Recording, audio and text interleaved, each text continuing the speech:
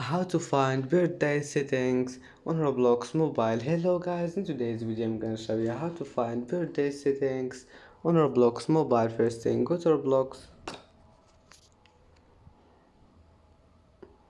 and then click this 3 points here in the bottom corner, and after you click on it, just go down and you will find settings here. uh, Click on it and then click account info, and here you will find the birthday settings. You can change it to anything you want, and after you change it, just click here save, and that's it for today's video. If you like this video, please don't forget like and don't forget to subscribe, and thank you for watching this video. See you in the next video.